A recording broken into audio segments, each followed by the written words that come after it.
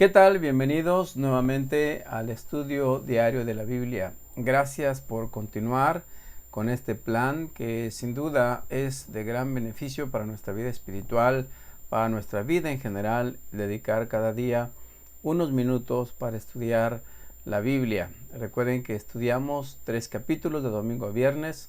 Los sábados estudiamos 5 capítulos y qué bueno que se han dado el tiempo para escuchar también este breve resumen que hoy vamos a comentar en torno a los capítulos 18, 19 y 20 del libro primero de Reyes. Estamos hablando de Elías. Recuerden que Elías había estado en el arroyo de Kerit porque había ido ahí por orden de Dios.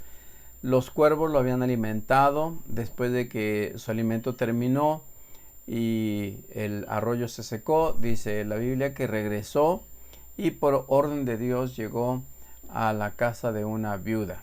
Y bueno, ya mencionamos qué fue lo que ocurrió, pero el texto de hoy pues retoma esta historia y nos dice lo que ocurrió después. Ya llevaban en este momento, pues eran 3 años, dice el texto, 3 años de sequía. Y entonces Dios le dijo a Elías que se presentara ante el rey Acab y que le dijera que pronto enviaría lluvia. Recuerdan ustedes que cuando Elías se presentó ante Acab la primera vez, le dijo que no iba a haber lluvia a menos que fuera por su palabra. Y ahora Dios le dice que vaya. Y entonces Elías fue a ver a Acab y dice el texto que el hambre era muy intensa en esta región de Samaria. Recuerden que Samaria se había convertido ya en la capital del reino de Israel. Israel era el norte, en el sur estaba Judá con la capital en Jerusalén, así que teníamos estos dos lugares estratégicos, ¿no? Y entonces cuando finalmente se presenta Elías ante el rey Acab, dice que el versículo 19, que Elías le dijo al rey Acab: convoca a todo Israel para que se reúnan conmigo en el monte Carmelo, junto con los 450 profetas de Baal y los 400 profetas de Acera, a quienes Jezabel mantiene. Recuerden que era un encuentro prácticamente desigual, porque desde luego estamos hablando de más de 850 profetas paganos que iban a enfrentarse en cierta manera contra un solo profeta de Dios, que era Elías. Y a manera de darles en cierta forma cierta ventaja, dice el texto que Elías les pidió que ellos empezaran, que ellos fueran los primeros en preparar su altar e invocar a sus dioses, porque la condición era que el Dios que respondiera con fuego, ese sería el verdadero Dios. Y realmente cuando leemos este relato, pues suena un poquito hasta chusco, digamos, todo lo que ellos hicieron, porque dice que gritaban más fuerte, se cortaron con cuchillos y con espadas hasta quedar bañados en sangre. El versículo 29, noten lo que dice: gritaron disparates toda la tarde hasta la hora del sacrificio vespertino, pero ni siquiera había respuesta.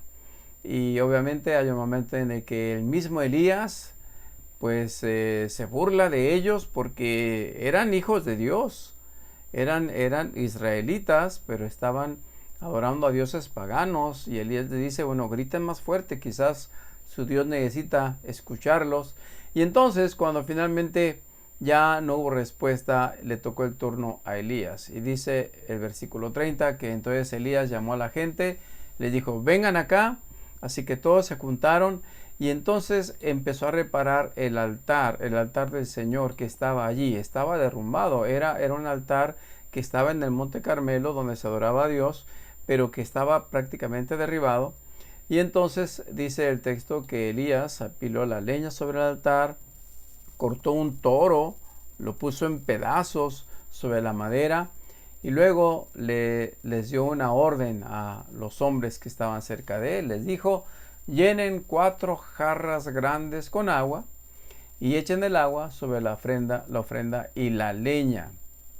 Y lo interesante es que esto lo hace durante 3 veces están haciendo lo mismo, es decir, llenando de agua. Dice el texto que el agua corría, ustedes lo van a escuchar. Y cuando estaba en el punto en el que, digamos, todo estaba listo, lleno de agua, entonces Elías oró a Dios y dice el relato que cayó fuego del cielo, que consumió no solamente el altar, al toro que estaba sobre el altar, sino aún el mismo altar, hasta las piedras y hasta el agua que habían echado sobre el altar. De esta manera quedó demostrada pues la señal evidente del verdadero Dios. Y el relato continúa diciendo que en ese momento allí Elías, quizás con apoyo de algunas personas, mataron a los 400 profetas de Baal.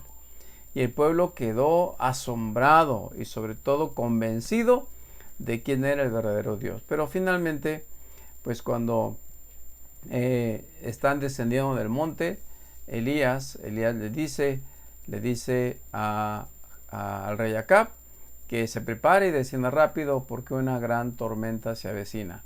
Y más adelante encontramos cómo es que Dios envía una tormenta tan grande. Elías va corriendo adelante del carruaje del rey Acab y pues de esa manera, digamos, se queda la evidencia clara de quién es el verdadero Dios, pero también el final de la sequía que durante 3 años había azotado la región.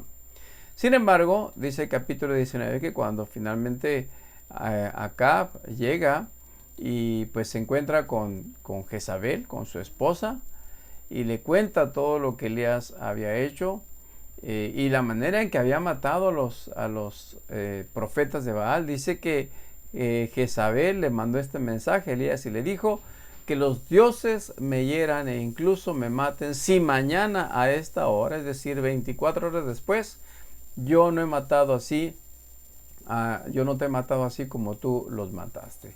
Y dice que Elías tuvo miedo y huyó para salvar su vida. Se fue a Beerseba, una ciudad de Judá, y dejó allí su sirviente. Y aquí quiero pues resaltar este punto de Elías, porque si bien había tenido su momento de gloria, de grandeza, cuando había invocado el nombre de Dios y Dios había respondido con fuego y había consumido el altar, pues también Elías era un ser humano. Y ahora cuando escucha que esta mujer está amenazando con matarlo, pues obviamente Elías huye y dice el texto que ahí se mete, primeramente se pone abajo de un árbol, después se va a una cueva y ahí pasa la noche y Dios le hace la pregunta que sin duda es una pregunta que hoy sigue haciendo. ¿Qué haces aquí, Elías? Y podríamos poner el nombre de cualquiera. ¿Qué haces aquí? ¿Por qué estás aquí escondido, tranquilo, pacífico? Y dice que Elías respondió: he servido con gran celo al Señor Dios Todopoderoso, pero el pueblo de Israel ha roto su pacto conmigo, derribó sus altares y mató a cada uno de sus profetas. Yo soy el único que queda con vida y ahora me buscan para matarme. Desde luego, esto no era cierto porque había muchos más y lo vamos a ver en el relato, que realmente cuando Elías sentía que estaba solo, sentía que no había nadie más fiel a Dios, había varios miles que todavía habían permanecido fieles a Dios. A veces quizás nos sentimos como que somos los únicos, no hay nadie más que esté siendo fiel a Dios. Dios siempre tiene un pequeño grupo que es fiel a Él. En el capítulo 19, versículo 15, dice que Dios le da finalmente una orden a Elías, ahí donde está, en la cueva.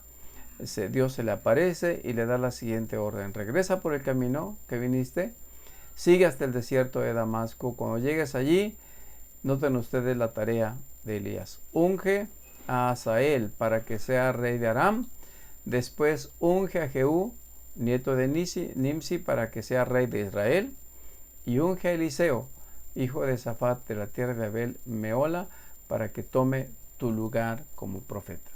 Es decir, Dios le había dado una tarea con la cual sin duda Elías se iba a sentir más motivado, más útil, Y sobre todo, de alguna forma, ya Dios le estaba diciendo que él sería reemplazado por alguien más, por Eliseo. Y a partir de este momento, Elías retoma su camino del monte Sinaí, en la cueva del monte Sinaí donde estaba, regresa y empieza a cumplir con esta tarea que Dios le ha dado. Esta puede ser una solución cuando tú estás desanimado, cuando estás débil en la fe. Quizás el hacer la tarea que Dios nos encomienda puede ser un elemento que nos ayude a tener una mejor prosperidad. Finalmente, en el capítulo 20 encontramos cómo es que Ben-Hadad, el rey de Aram, termina invadiendo a Samaria, especialmente al rey Acab. Y lo interesante aquí, lo que yo noto en este capítulo 20, ustedes lo van a leer, cómo es que Dios sigue protegiendo al rey Acab, a pesar de tener su esposa tan mala, que había amenazado a Elías, que lo había atemorizado. Dios sigue protegiendo, sigue con su cuidado a su pueblo, aunque no es el pueblo de Judá, es el pueblo de Israel en el norte, y aunque en su momento se apartaron de Dios, Dios sigue teniendo amor, cuidado por sus hijos. Y vemos en el capítulo 20 cómo es que Dios los libra de los enemigos. Dios siempre al tanto de sus hijos. Que Dios te bendiga en este día, que puedas tener tiempo para meditar en la palabra de Dios, en los capítulos que estudiamos hoy, pero sobre todo, y deseo que Dios te bendiga y que tengas un excelente día.